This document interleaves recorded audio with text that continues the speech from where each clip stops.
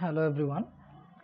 So today in this video I'm going to introduce a new chapter of your syllabus, the 7th lesson, which is entitled as The Cat, written by Andrew Barton Patterson. So before I come to discuss the text in details, let me briefly tell you about the poet. So as you see from the introductory part, there are a few lines written about the poet. Let us read about this and then I will tell you something more about the poet. So let's see what is written here. So Andrew Barton Patterson was an Australian poet, journalist and author who wrote extensively on Australian life. His notable works include Waltzing Matilda and The Man from Snowy River. So a very brief introduction is given in the text. তো এই যে টেক্সটের যে অংশটা লেখা আছে এখানে কি বলছে যে the poet who wrote the cat is an Australian poet. তাহলে এখান থেকে আমরা তার যে কান্ট্রি বা কান্ট্রি অফ অরিজিন সেটা জানতে পারছি, বা where he took birth in Australia. He was not only a poet, he was also a journalist, এবং তিনি অস্ট্রেলিয়ান লাইফ নিয়ে এক্সটেন্সিভলি মানে অনেকটা লিখেছিলেন, অনেক কিছু। এবং তার দুটো গুরুত্বপূর্ণ লেখার কথা এখানে লেখা আছে, Waltzing Matilda and the man from Snowy River. So এই অ্যান্ড্রু বার্টন প্যাটারসন সম্পর্কে আর কিছু তথ্য আমি তোমাদের কাছে পরিবেশন করব। তো প্রথমে আমরা দেখব কি না, অ্যান্ড্রু বার্টন প্যাটারসন তিনি কে ছিলেন? He was an Australian poet, he belong to Australia. He was not only a poet, he was a journalist, and he was born at New South Wales, Australia, and his lifetime was from 1864 to 1941. So let me tell you one thing very clearly, যে তিনি কিন্তু তার জীবন শুরু করেননি as a poet, বা professionally he was not a poet. Professionally he was a lawyer, professionally he also worked as a journalist, but poet, how did he become a poet? Now he became a poet because he loved to write poetry.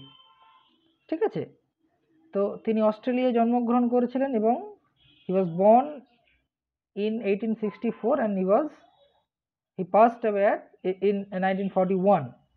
আচ্ছা, আরও কিছু তথ্য আমি তোমাদের কাছে একটু তুলে ধরছি, ইট মে বি ভেরি ইন্টারেস্টিং।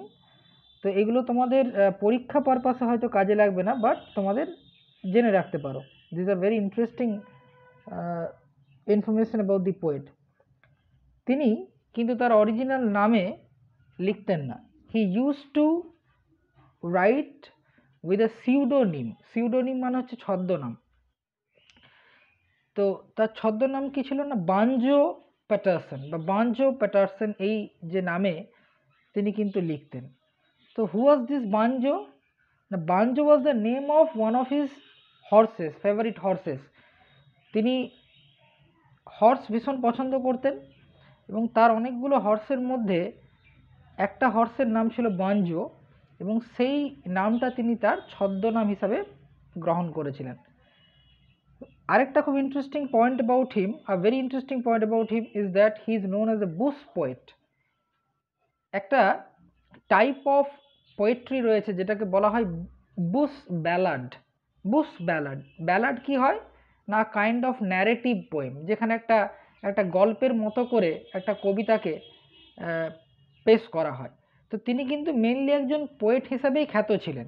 আমরা আজকে যেটা পড়তে চলেছি that is a pros, but genuinely or more specifically he was popular or famous as a poet, এবং তাকে বুশ পোয়েট বলা হতো। বুশ এই শব্দটার মধ্যে আমরা কি পাচ্ছি না, there is a touch of nature, there is a touch of rural life, একটা যেন গ্রাম্য পরিবেশের ছোঁয়া পাচ্ছি এখানে। বুশ মানে কি না, তিনি এমন কোনো কবিতা লিখতেন যার সাথে এই ঝোপে ঝাড়ে বা কি বলবো একটা প্রকৃতির সাথে কিন্তু, বা এই ঝোপে ঝাড়ে যে সমস্ত পাখি বা বনে জঙ্গলে যে সমস্ত পশু এরা বাস করে তাদেরকে নিয়ে কিন্তু তার লেখালেখির যে ব্যাপারটা ছিল, তাই জন্য তাকে কিন্তু মেনলি বুশ পোয়েট বলা হয়। অর্থাৎ বুশ পোয়েট কারা?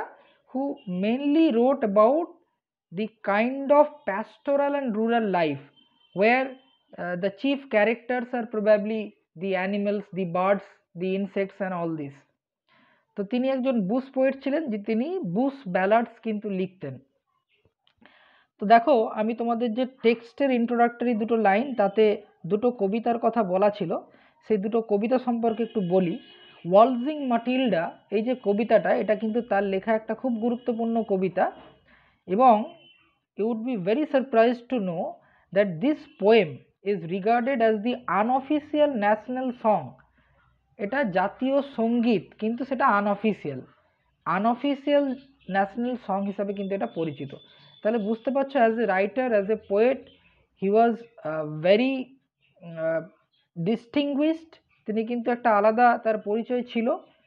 এবং আরেকটা কবিতার কথা যেটা লেখা আছে, the man from Snowy river, এই কবিতাটা মেনলি ছিল কি না, ইট ওয়াজ আ বুশ পোয়েম বা it was a bush ballad, the man from Snowy River. এবং এইটা একটা সিঙ্গেল কবিতা যেটা পাবলিশড হয়েছিল একটা অ্যান্থোলজি, ANTHOLOGY। অ্যান্থোলজি কি না, একটা কবিতার সংকলন, group of poem published in a book.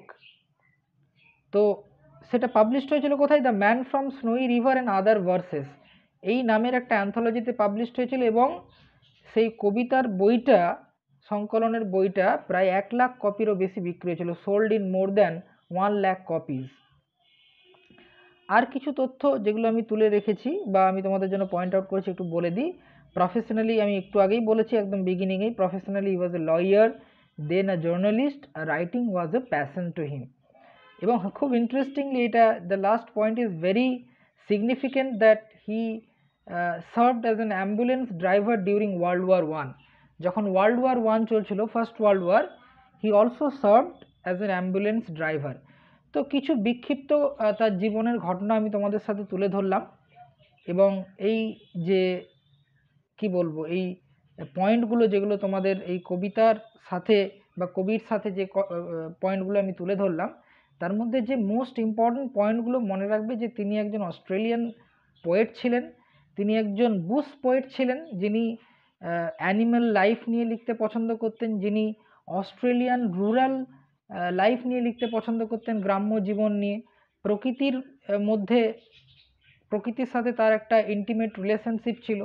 তো এই ব্যাপারগুলো কিন্তু আমরা আমাদের যে গল্পটা রয়েছে, the story that we are going to read very soon, তার সাথে কিন্তু একটা ইন্টিগ্রাল রিলেশন আমরা পাবো। ঠিক আছে, আশা করি তোমাদের বুঝতে অসুবিধা হচ্ছে না। তো এই পয়েন্টগুলো যদি চাও তোমরা নোট ডাউন করে নিতে পারো খাতায়। নাও লেটস ট্রাই টু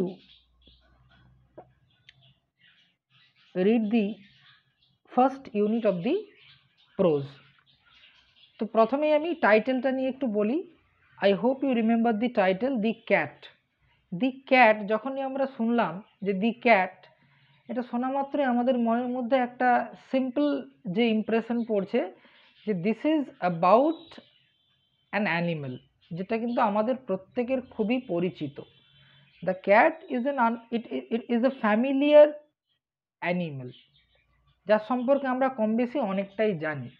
তাহলে কেন আমরা পড়ব? Why should we read the prose? Because it is in the syllabus.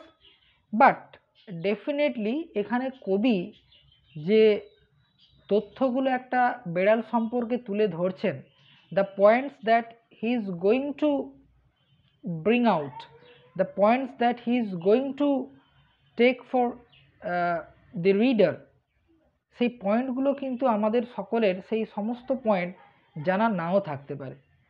আরেকটা কথা বলি, যে এই যে দ্য ক্যাট, আমরা প্রত্যেকেই জানি যে ক্যাট কি, it's not a domestic animal. Domestic animal এটাকে বলা যায় না, গৃহপালিত, but rather we can say that the cat is a pet animal, যেটাকে মানুষ তাদের এন্টারটেনমেন্ট, দেখো ডোমেস্টিক আর পেট এই দুটোর মধ্যে কিন্তু একটা ডিফারেন্স রয়েছে। কি না, ডোমেস্টিক অ্যানিমেল মানুষ কিন্তু নিজের প্রফিটের জন্য বাড়িতে পোষে।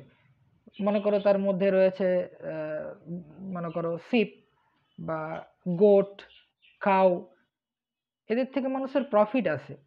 বাট দ্য পেটস, সেই পেটগুলোকে মানুষ কেন রাখে? Why do people keep pets? Just for fun, just to make them entertain, make themselves entertained. তো নিজেদেরকে এন্টারটেন করার জন্য নিজেদের পাস টাইম হিসাবে পেট কিন্তু রাখা হয়। এবার একটা জিনিস তোমাদের বুঝতে হবে যে একটা ক্যাট সম্পর্কে দুটো পয়েন্ট অফ ভিউ হতে পারে আপাত দৃষ্টিতে। There may be two point of views. একটা কি, মনে করো as a observer, as a common man, আমরা কিন্তু বিভিন্ন জায়গায় ওয়াইল্ড যে ক্যাট বা এমনি আমাদের চারপাশের যে নর্মাল ক্যাটস তারা ঘুরে বেড়ায়, সেটাকে আমরা একজন সাধারণ মানুষ হিসাবে যেভাবে দেখি তার বিষয়গুলো আলাদা। সেক্ষেত্রে আমরা একটা ক্যাটকে কীভাবে নিতে পারি? আ cat may be taken as a mischievous animal, যে হয়তো আমাদের বাড়ির খাবারপত্র চুরি করে। অনেক সময় আমরা উই গেট ইরিটেটেড, আমরা অনেক সময় তাদের প্রতি বীতশ্রদ্ধ হয়ে পড়ি, তাই তো? কিন্তু কবি এখানে বা লেখক এখানে যে পয়েন্ট অফ ভিউ থেকে বলছেন সেটা একটু ডিফারেন্ট। কীরকম না, the author is going to state about a cat from the point of view of a master. একজন মাস্টার হিসাবে যে ক্যাটকে একটা পেট হিসাবে ব্যবহার করছেন, বা to whom a cat is a pet animal. তাহলে দুটো পয়েন্ট অফ ভিউ আলাদা। একজন সাধারণ মানুষ যে ক্যাটকে একটা মিসচিভিয়াস অ্যানিমেল হিসেবে দেখে, যে তার বাড়ির খাবার দাবার চুরি করে নিচ্ছে, বাড়ির জিনিসপত্র হয়তো চারপাশ নোংরা করছে, এরকম হতে পারে। কিন্তু তিনি একটা অন্য দৃষ্টিভঙ্গি থেকে ক্যাটের কিছু গুণাবলী প্রেজেন্ট করার চেষ্টা করবেন। তো সেই পয়েন্টগুলোই কিন্তু আমাদের পাঠ্য বিষয়বস্তু, ঠিক আছে? তো দেখা যাক তিনি ক্যাট সম্পর্কে কি কি পয়েন্ট তুলে ধরার চেষ্টা করছেন এবং সেই পয়েন্টগুলো আমাদের কাছে কতটা অ্যাকসেপ্টেবল এবং সেই পয়েন্টগুলো আমাদের কাছে কতটা জানা বা পরিচিত। এই অনেকগুলো বিষয় কিন্তু রয়েছে, যে হতে পারে এমন কিছু পয়েন্ট তিনি তুলে ধরবেন যে পয়েন্টগুলো আমাদের অজানা, যে পয়েন্টগুলো আমরা কখনো উপলব্ধি করিনি। তো যদি উপলব্ধি না করি, আমরা এটা পড়ার পর উপলব্ধি করার চেষ্টা করব, দেখব যে হ্যাঁ, whether there is really some true and relevant facts about the cat as written by the poet or the author, ঠিক আছে? So let's read the poem, let's read the first unit. So ভালো করে দেখো। Most people think that the cat is an unintelligent animal. Look at the first line. Most people think. So this is a general assumption. এটা একটা সাধারণ ধারণা কি, যে cat একটা আনইন্টেলিজেন্ট অ্যানিমেল। এবার আমাদেরকে যদি জিজ্ঞাসা করে একজন সাধারণ অবজারভার হিসেবে, আমরা কিন্তু বলবো না, আ cat is not an unintelligent animal, কারণ তারা খুব চতুরতার সাথে চুরি করে, বাড়িতে খাবার দাবার চুরি করে নেয়। আমি আবারও বলছি যে আমাদের পয়েন্ট অফ ভিউটা কিন্তু একজন অবজারভার হিসাবে, একজন ক্যাজুয়াল অবজারভার হিসাবে, কিন্তু লেখক যে পয়েন্ট অফ ভিউ থেকে লিখছেন সেটা একজন পেট এর ওনার হিসাবে। সেই জায়গাটা আমাদেরকে বুঝতে হবে। So most people think that the cat is an unintelligent animal. অর্থাৎ ক্যাট একদমই বোকা, আর stupid animal. Fond of ease, যে পছন্দ করে খুব আরাম। ফন্ড অফ, প্রিয়, সে কি পছন্দ করে? হি প্রেফার্স কমফোর্ট। ইজ মানে হচ্ছে আরাম, কমফোর্ট, অ্যান্ড কেয়ারিং। সে পছন্দ করে যে তার মালিক বা তার পরিবার যে তাকে পোষ্য করে রেখেছে, সেই পরিবার তাকে কেয়ার করুক, যত্ন করুক, আদর করুক। লিটল ফর এনিথিং, আর অন্য কিছু তার বেশি কিছু চায় না। সে একটু আরাম চায়, একটু আদর যত্ন চায়। আর কি চায়? Anything but mice and milk. এটা আমরা প্রত্যেকেই জানি। A cat loves to eat mice, a cat loves to drink milk. এই মিল্ক আর মাইস, এই দুটো কিন্তু ক্যাটের ফেভারিট বলতে পারো ফুড। তো তাই বলছে যে ক্যাট ইজ পছন্দ করে, কেয়ারিং পছন্দ করে, আর তেমন কিছু না হলেও যেটা পছন্দ করে সেটা হচ্ছে mice and milk. This two are very favourite to a cat. But a cat has really more character. একটা ক্যাটের কি করে অনেক ক্যারেক্টার থাকতে পারে? তো ব্যাপারটা কি? আ cat has really more character বলছে একটা বেড়াল, তার যে চারিত্রিক বৈশিষ্ট্য, সেটা আমরা যেভাবে মনে করছি যে কি, একদম প্রথমেই যেটা কবি বলছেন লেখক, যে একটা ক্যাট সাধারণভাবে যদি এক লাইনে ব্যাখ্যা করতে চাই তাহলে একটা ক্যাটকে ব্যাখ্যা করা যেতে পারে যে in a single word a cat is a stupid animal who is very fond of ease and caring and he also loves to take mice and milk as his food.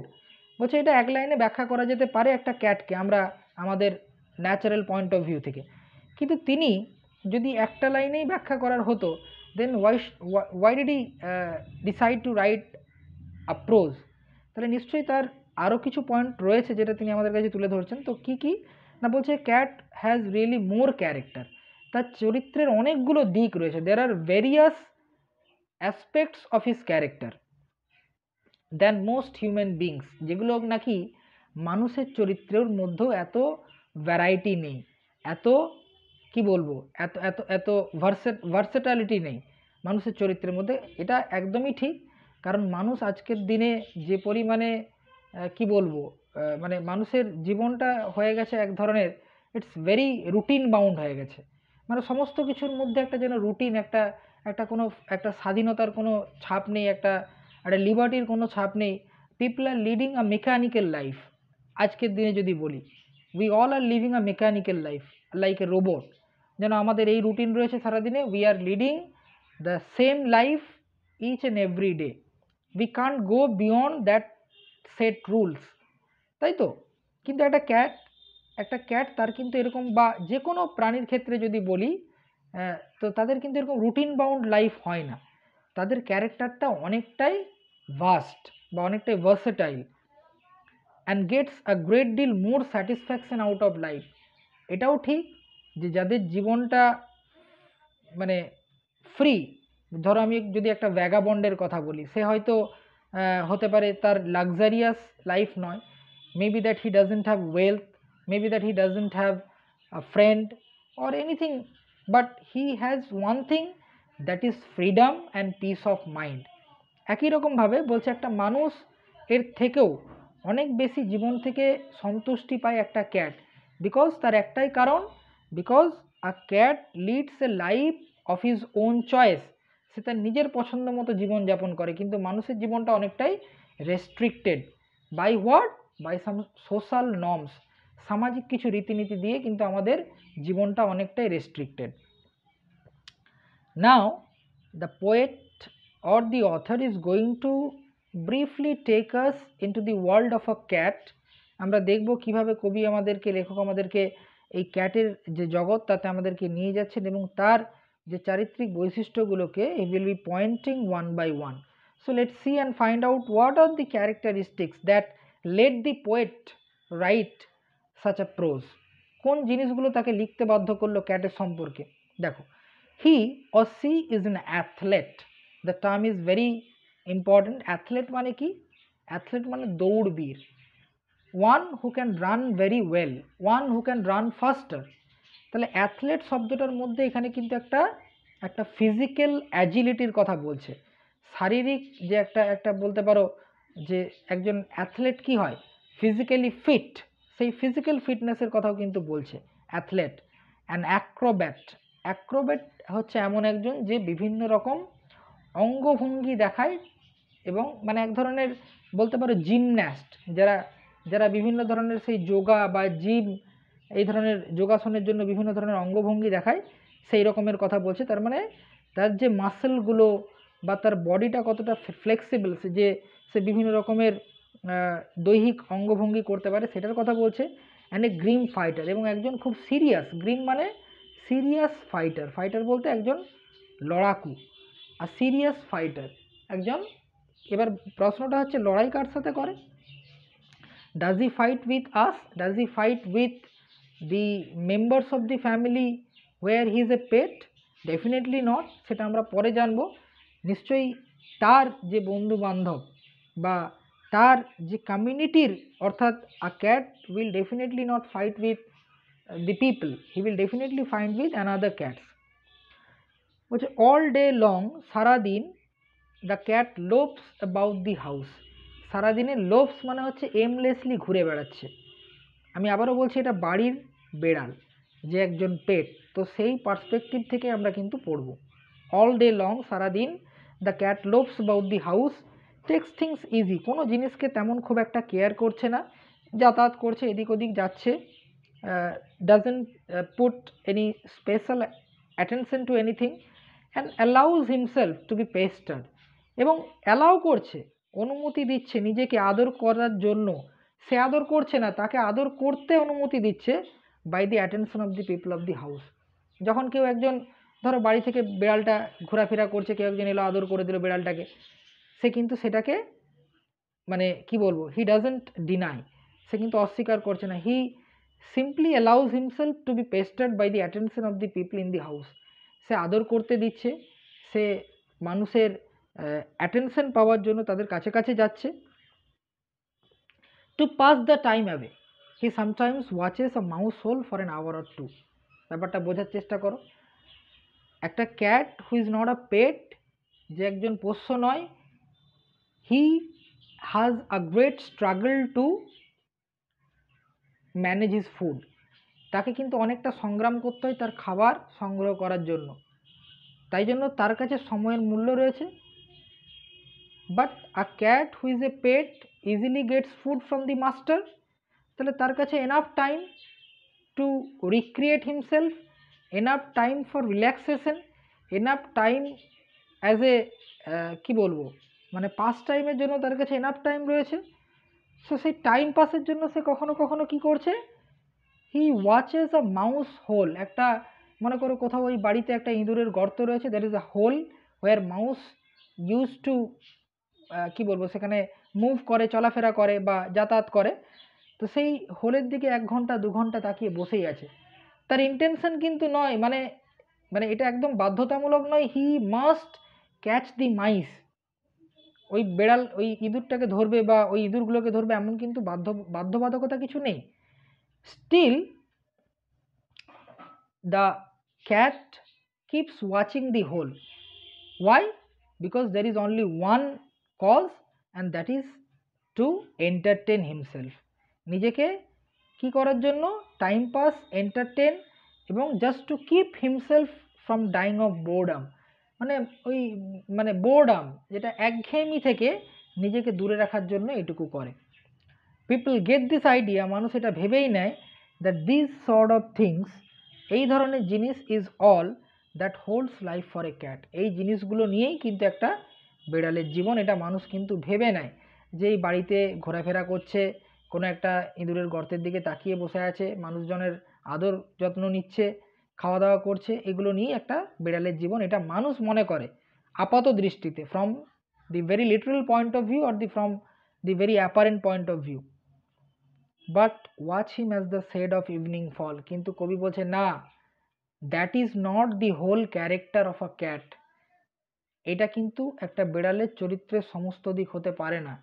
তাই জন্য তিনি অ্যাডভাইস করছেন, if you wish to find out the real character of a cat, you need to watch him closely as the shades of evening fall, তাহলে তোমাকে লক্ষ্য করতে হবে একটা ক্যাটের যে activities, as the shades of evening fall বলতে as দি evening comes, সন্ধে পড়ার সাথে সাথে বা সন্ধ্যের ঠিক আগের মুহূর্তটাতে তোমাকে কিন্তু ওই বিড়ালের অ্যাক্টিভিটি লক্ষ্য করতে হবে। Then you can see the cat as he really is, তখনই তুমি একমাত্র জানতে পারবে একটা বিড়াল তার সঠিক চরিত্রটা কি, what the real character of a cat is. Okay, so this is just about the first unit. The other units will be discussed in the later videos, so keep watching and I hope this will be helpful. Thank you.